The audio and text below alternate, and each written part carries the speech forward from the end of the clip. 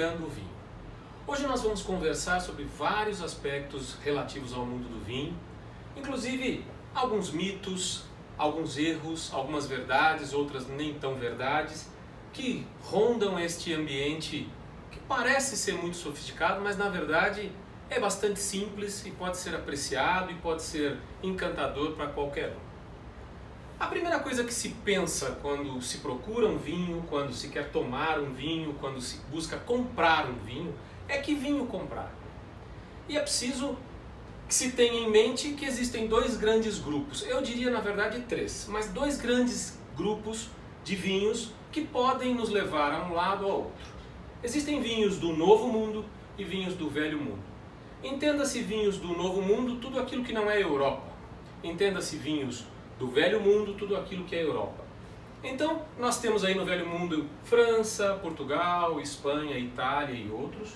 E nós temos no Novo Mundo Brasil, Argentina, Chile, Uruguai, Austrália, África do Sul, Estados Unidos, dentre outros.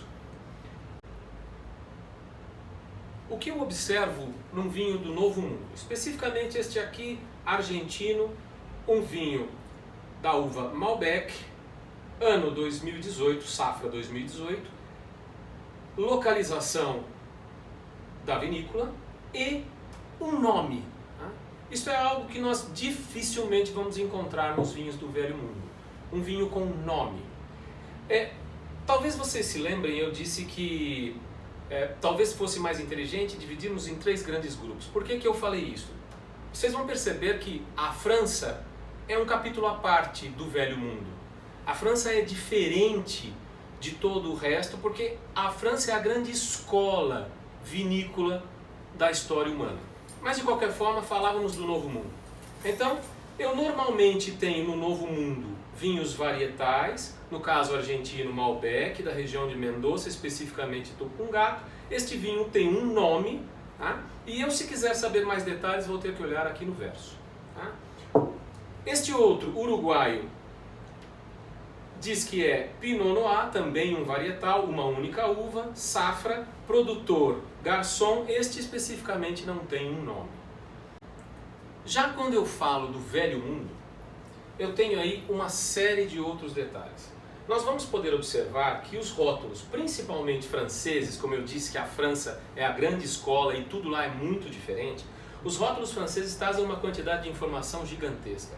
Os rótulos de Bordeaux, por exemplo, eles trazem, em regra, o nome do lugar, da propriedade onde se fez o vinho, eles trazem sub-região de Bordeaux, eles trazem data da safra, eles trazem o nome do produtor e uma informação sobre este vinho ter sido cultivado, fabricado e engarrafado pelo próprio produtor ou se foi negociado para algum negociante de vinhos. Tá?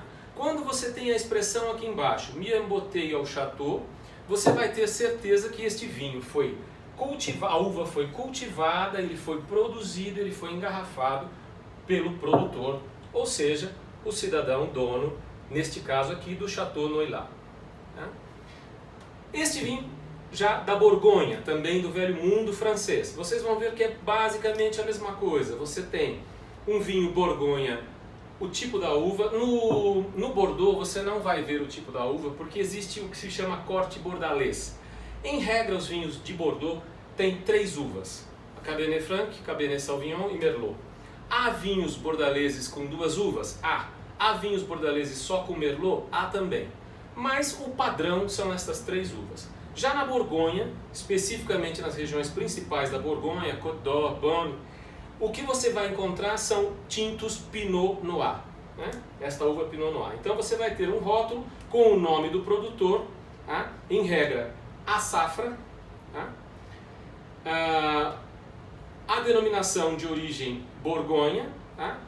Teor alcoólico, tamanho da garrafa. Então assim, decidir se quero um vinho do Novo Mundo, se quero um vinho do Velho Mundo. O que é que eu gostaria de comentar com vocês em relação às garrafas? Novamente vamos falar da escola francesa. A escola francesa nos deu tamanhos e tipos de garrafas. E isto tem um porquê. Então, por exemplo, eu tenho aqui a garrafa da Borgonha. Vejam, uma garrafa compõe-se basicamente de um pescoço, ombros e repuxo. Alguns dizem que isto aqui é o corpo. Tá bem. Então, pescoço, ombros, repuxo. A garrafa da Borgonha tem os ombros arredondados, eu diria caídos. A garrafa de Bordeaux, ou a garrafa bordalesa, tem pescoço, ombros acentuados, corpo e repuxo normais. Nós temos um outro tipo de garrafa que é muito utilizada na Alsácia, fronteira da França com a Alemanha. Por isso ela é chamada flauta alemã. Ela é só usada na Alemanha? Não. Este aqui é um vinho verde português que usa uma garrafa flauta alemã. Essa é uma garrafa típica que inicia a sua utilização na Alsácia, região francesa, fronteira com a Alemanha, por isso é chamada flauta alemã. E nós temos também a garrafa de champanhe, criada na região de Champagne.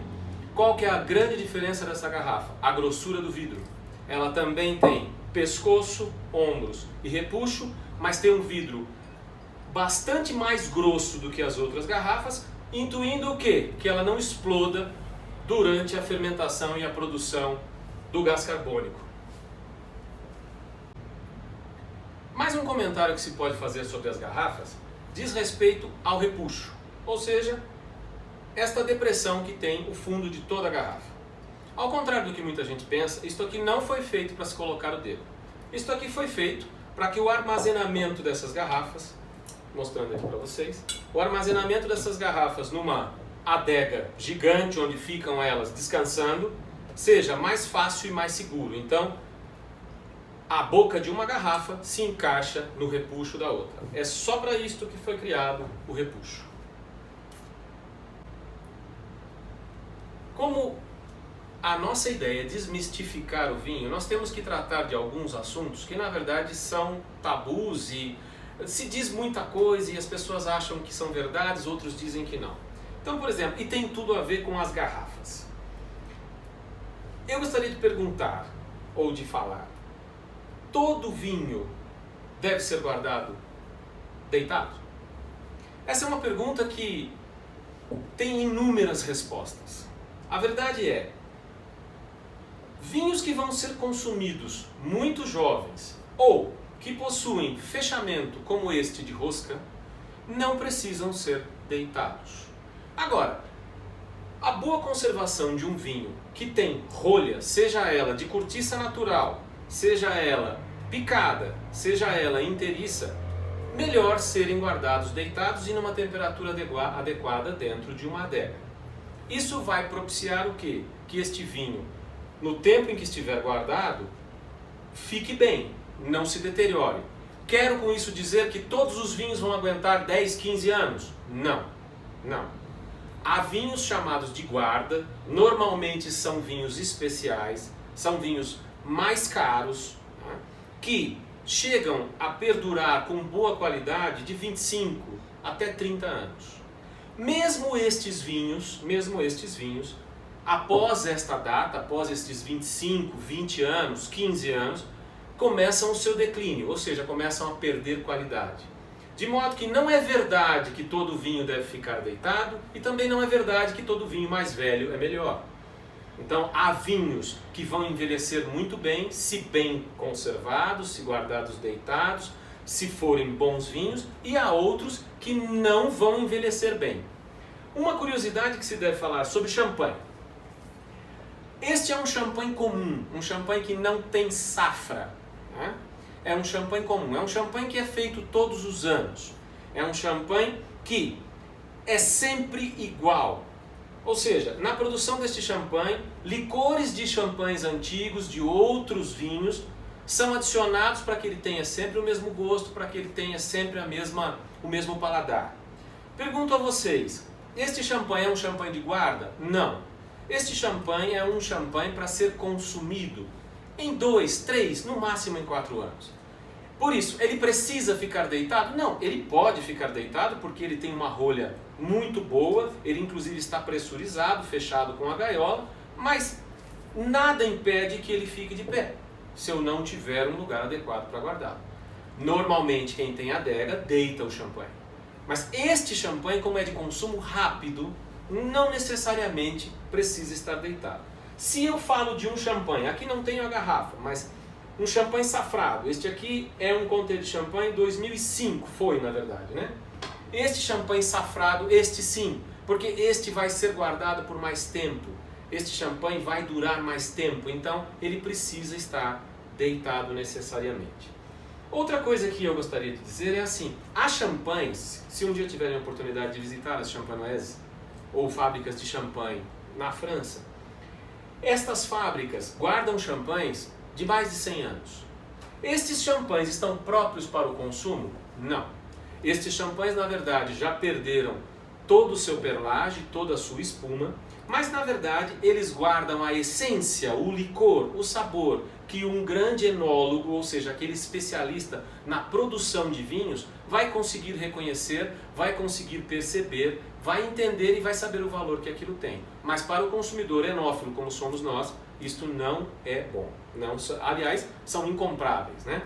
Bom, falando um pouco sobre o enrolhamento, sobre o tapamento dos vinhos, há muita diferença entre este tipo de fechamento, as rolhas, enfim. A cortiça eu tenho aqui para mostrar para vocês, ela é originária principalmente da Europa, algo na Índia também é possível, de uma árvore chamada sobreiro, é um tipo de carvalho, tá? De onde se extrai a cortiça, e as melhores rolhas não são picadas, tá? As mais comuns são picadas. O que é que nós podemos concluir disto? Grandes vinhos vão ter rolhas de cortiça natural não picadas. Ah, os outros então não prestam? Não.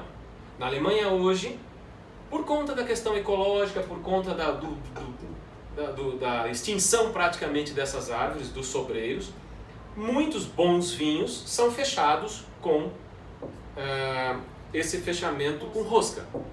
A questão é a seguinte, este vinho vai ser um vinho de guarda? Não. Então estes vinhos vão ser vinhos jovens para serem consumidos o quanto antes possível. Um último comentário antes da degustação sobre o vinho do Porto e o seu respectivo enrolhamento ou processo de fechamento. Este é um vinho do Porto vintage, tá? Ano 1999. Ele foi, na verdade, engarrafado em 2001, safra 1999. Vocês podem observar que este vinho é enrolhado, né, ou é tapado com uma rolha como qualquer outro vinho. Por quê? Porque este é um vintage. Este é um vinho de uma safra especial e que pode ser guardado por até 20 e tantos anos. Tá? Então, por isso ele leva essa rolha, fechado como qualquer outro vinho fechado com rolha, diferentemente daqueles mais comuns que a gente compra para o consumo imediato ou para o consumo breve, em que há uma tampinha com uma rolha embaixo. Tá? Este vinho então também fica deitado. Aqueles outros vocês vão perceber que se vocês deitarem, corre-se o risco de escapar um pouco durante esta guarda. Então eu diria, vinhos do Porto vintage, que tem safra, colheita, que também tem safra, ou os chamados LBV, Late Bottlet Vintage, que são engarrafados após um determinado tempo em barris, e diferentemente dos vintage, eles não são de imediato vistos como grandes vinhos, eles são diagnosticados, vamos assim dizer, após um certo tempo de guarda. Então eles são engarrafados tardiamente. Estes podem ser guardados, são vinhos de guarda, são vinhos normalmente enrolhados e inclusive podem ficar deitados. Os mais comuns, que são os Tawny e os Ruby, os Tawny um pouco melhor do que os Ruby, estes não, esses são de consumo imediato e tem aquela tampinha que não permite deixá-los deitados. Iniciamos então a questão do serviço do vinho, e para isso é necessário falarmos das taças. Muito bem. Quais são as taças para qual tipo de vinho mais adequadas, melhores, que vão permitir que o vinho se mostre todo, que o vinho abra, como gostam de dizer os entendidos? Enfim, novamente nós vamos à escola francesa. Foram os franceses quem disseram, bom, há uma taça para cada tipo de vinho e cada tipo de vinho se mostra melhor ou pior dependendo muito da taça. Os alemães se especializaram na fabricação das taças, então vocês imaginem que hoje você tem uma gama enorme de taças e se nós nos deixarmos levar por isso, cada um vai aparecer com uma taça diferente para um vinho. Agora existem alguns padrões. Por exemplo, esta taça aqui é uma taça da Borgonha. A taça balão ou a taça bola, ela é usada para vinhos da Borgonha. Vocês vão ver que ela tem características muito interessantes. Ela é bem aberta na sua boca e tem praticamente a mesma largura em todo o seu corpo. Por que isso? Porque os vinhos da Borgonha são os Pinot Noir, os famosos Pinot Noir. Há outras uvas também, mas principalmente os Pinot Noir. E esses vinhos são vinhos muito delicados, são vinhos muito sofisticados. A uva Pinot Noir é uma das uvas mais difíceis de serem cultivadas. De modo que este vinho, para se mostrar, precisa de espaço e precisa de abertura. Isso é o que falam os criadores da taça. Esta aqui já é uma taça de Bordeaux. Uma taça de Bordeaux é uma taça um pouco mais fechada, que tem a sua boca menor do que a parte de baixo. Nós poderíamos ter essa variação de tamanho também, podem ver que é praticamente a mesma taça. As pessoas gostam de taças maiores para vinhos mais potentes, mais antigos, para vinhos realmente especiais e em regra muito caros.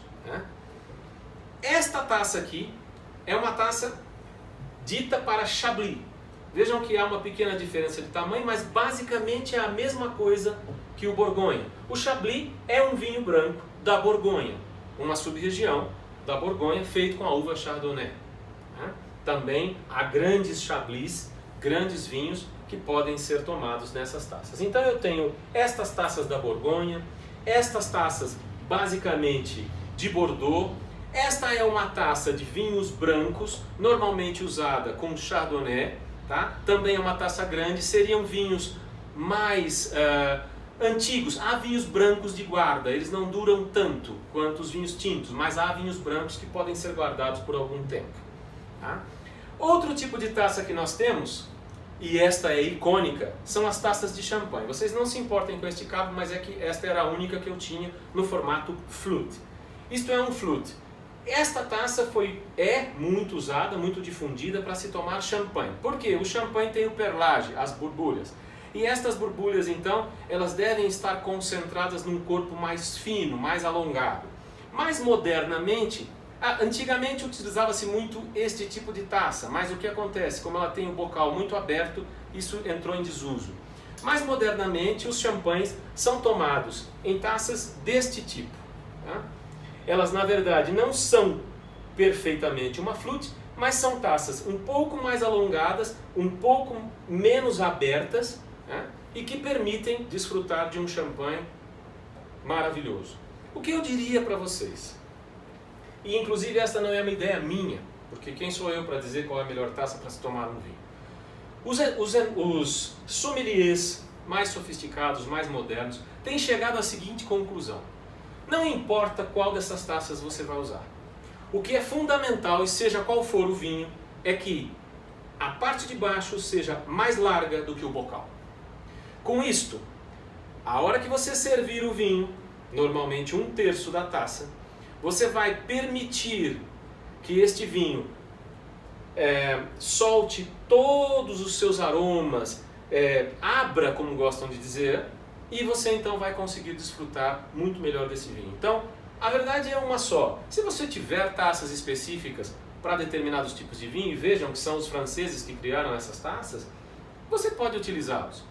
Agora, se você não as tiver, desde que seja uma taça mais larga na base e mais fechada no bocal, está perfeito para qualquer tipo de vinho.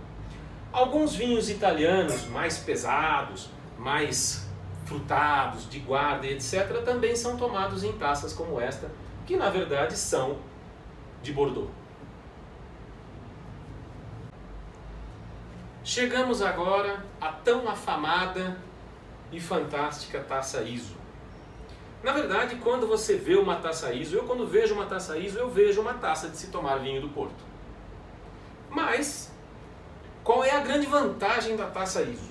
E por que que esta taça ganhou tanto renome e hoje em dia é utilizada por inúmeras confrarias, muitas degustações de vinho? Vejam que ela é uma taça pequena, mas que tem as características: parte de baixo mais larga, bocal mais estreito.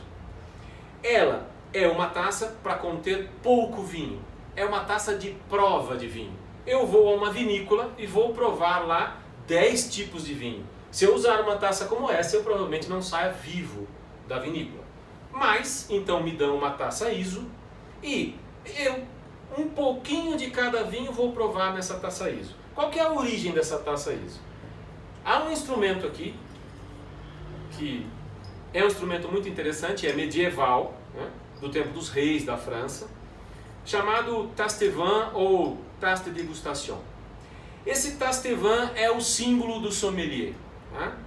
Todo sommelier, na Idade Antiga, usava uma tasse-vin pendurada no pescoço. Servia para quê? Para provar o vinho do rei, para provar se o vinho estava bom, para provar se era consumível, palatável. Imaginem vocês que há centenas de anos atrás, manter um vinho, conservar um vinho, não havia os sulfitos, que hoje todos os vinhos praticamente têm, não havia os conservantes, então os vinhos estragavam.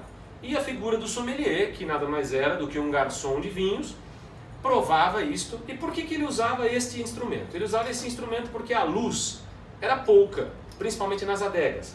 A luz de vela, a luz de fogo. E este fundo, todo cheio de rebarbas, todo cheio de bolinhas e etc., fazia com que a luz pouca que existia refletisse no vinho.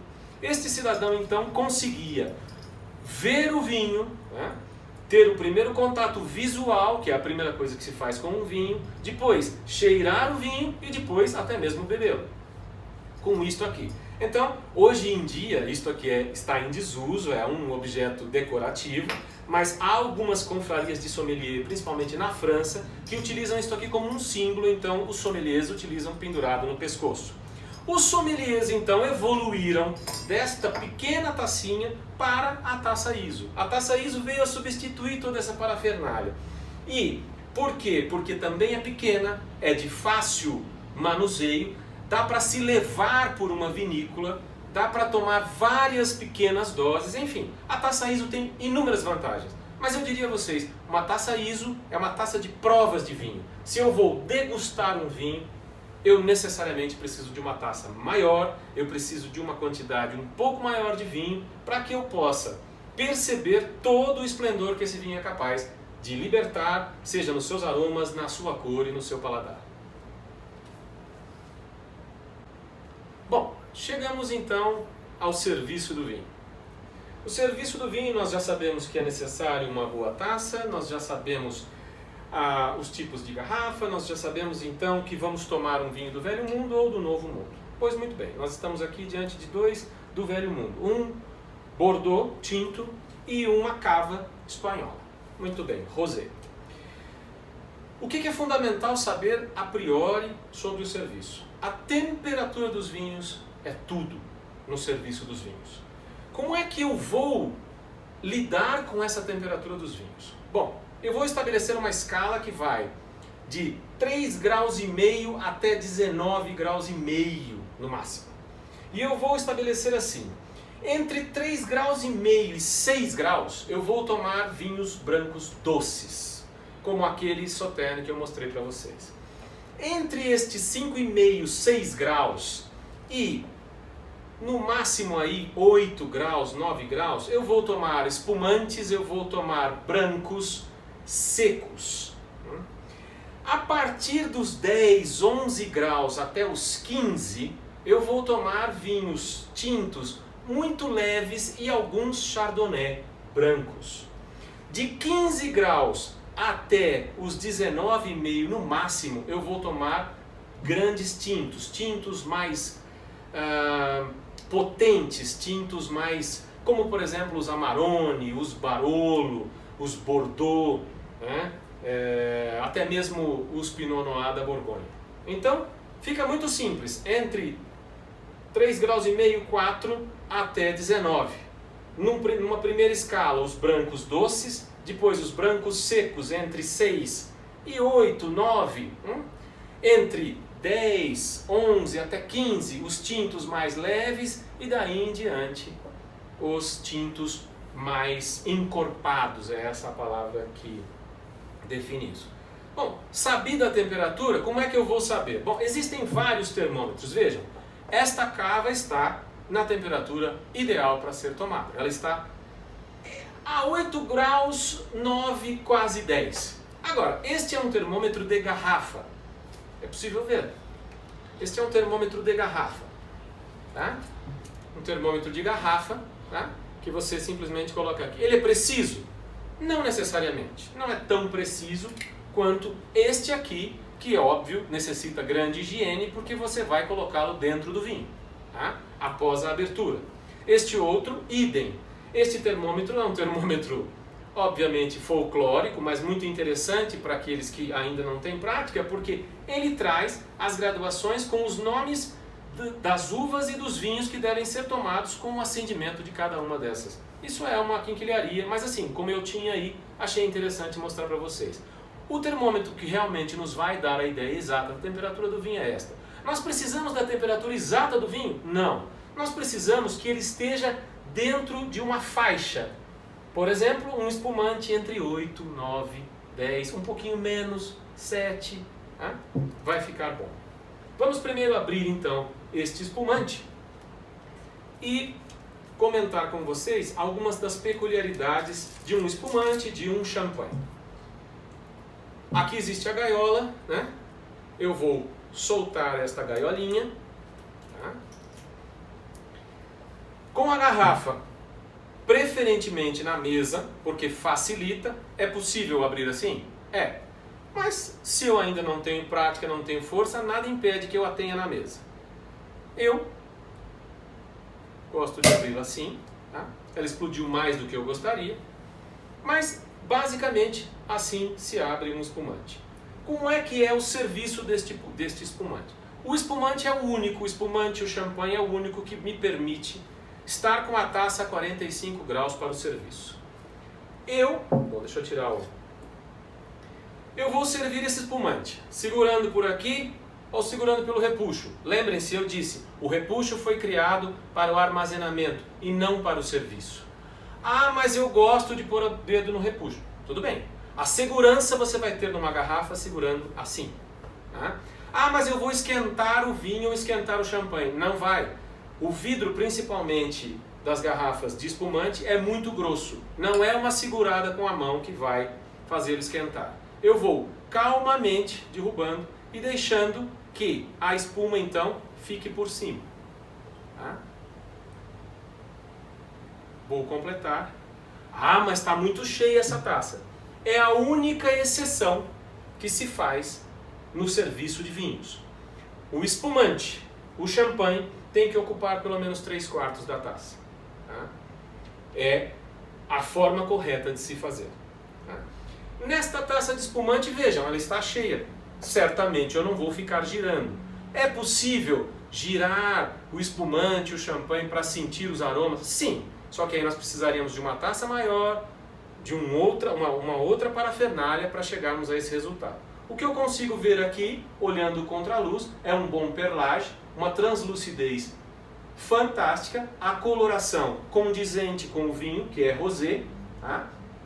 As espumas têm que continuar borbulhando, isso se chama perlage, né? Tem que ser constantes e depois de visto, sentido. Um aroma muito suave, muito delicado. Champanhes normalmente têm um cheiro muito suave, muito delicado, que remete a frutas, mas algo muito tênue. Eu vou provar.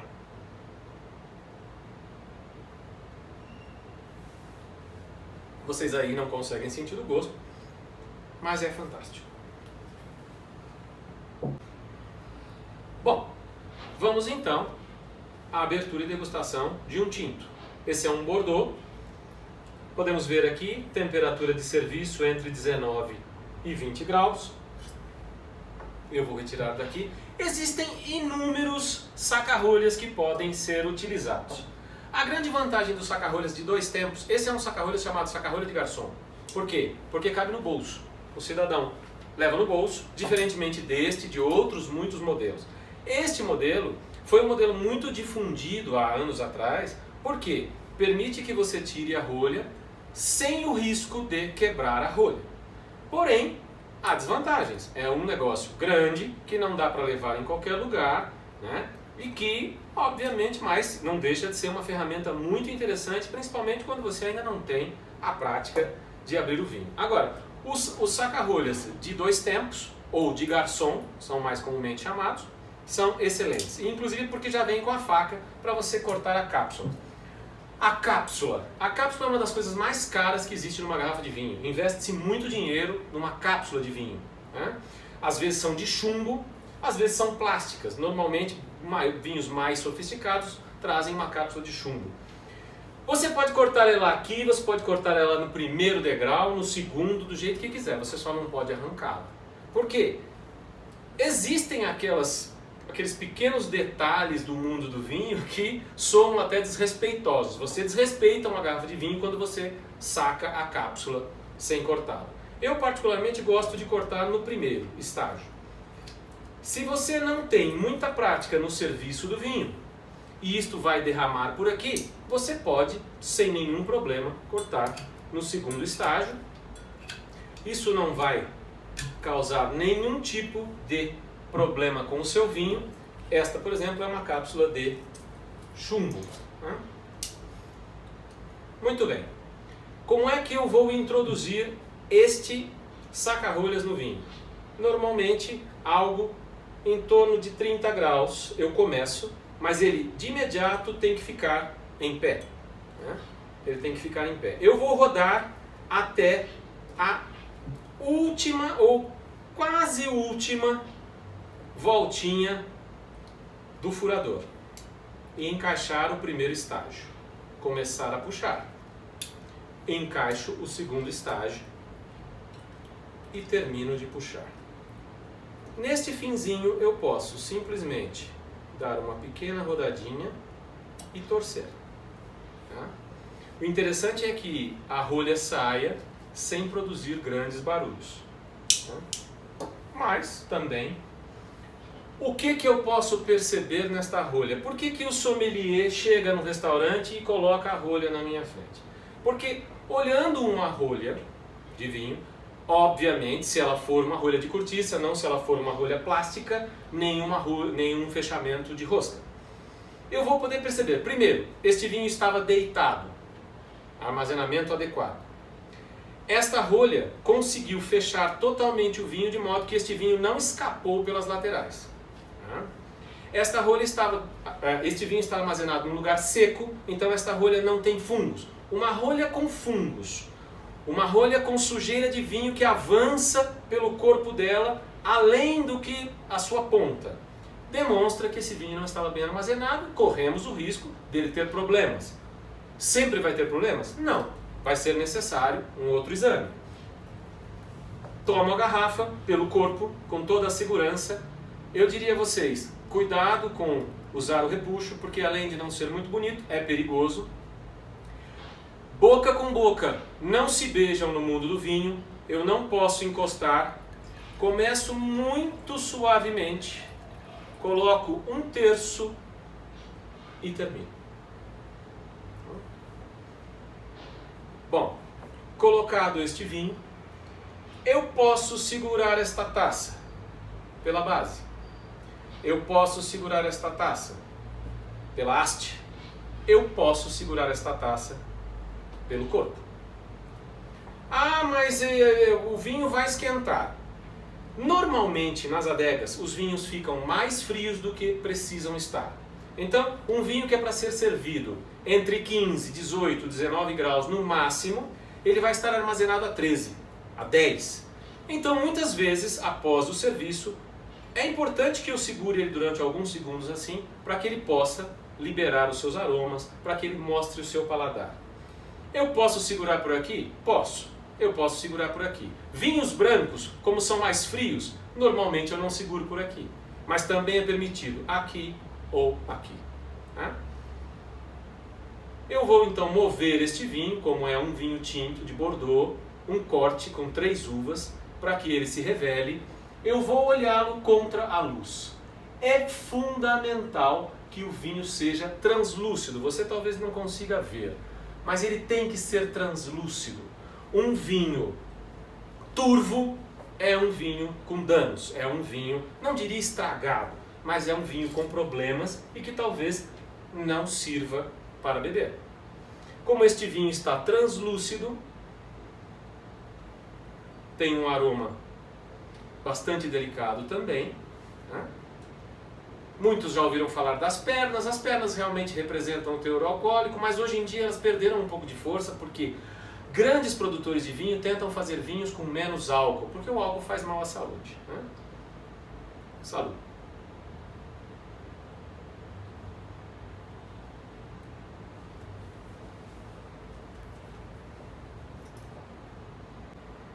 Muitos se perguntam, quando falamos de servir vinho, sobre os decanters.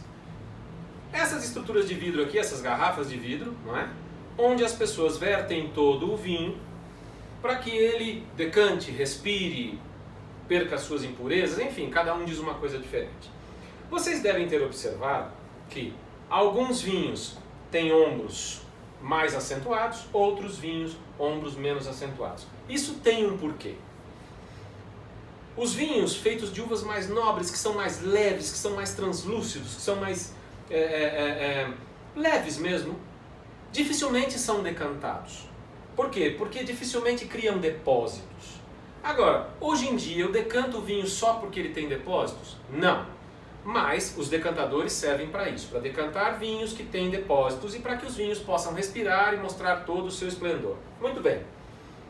Quais vinhos eu vou decantar? O vinho que eu achar que eu devo, né? Vinhos muito jovens, vinhos que não foram guardados durante alguns anos, vinhos que são muito frutados, não necessariamente eu tenho que colocar num decanter, mas eu quero colocar num decanter porque eu acho que ele vai respirar e ele vai mostrar seu corpo, ele vai mostrar a sua identidade, ele vai mostrar-se um vinho elegante, então nada impede que eu o faça. Como é que eu faço isso? Eu vou delicadamente verter a garrafa aqui. Isto deve ser feito em um ambiente iluminado, principalmente se for um vinho envelhecido, para que eu possa olhar aqui na garrafa aonde é que vão ficar os depósitos, caso eles existam, né? Quando eu perceber que os depósitos estão chegando nos ombros da garrafa, eu paro. Colocado no decanter, eu vou deixar que ele respire durante alguns minutos, né? E depois então o serviço vai se fazer do decanter para a taça. É curioso que vocês tenham em mente que vinhos envelhecidos, bem guardados, bem armazenados, ficam cada vez mais translúcidos, cada vez mais clarinhos. Não é verdade que vinhos antigos, que ficaram anos e anos guardados, vão ficar pesados, escuros e fortes. Não. Esses vinhos vão ficar mais translúcidos, esses vinhos vão ficar mais límpidos. Esses vinhos vão ficar visualmente muito mais leves. De modo que, mesmo quando eu uso um decanter para que ele mostre toda a sua espirituosidade, é importante perceber isso. A translucidez é sinal de qualidade no vinho. Tá bem?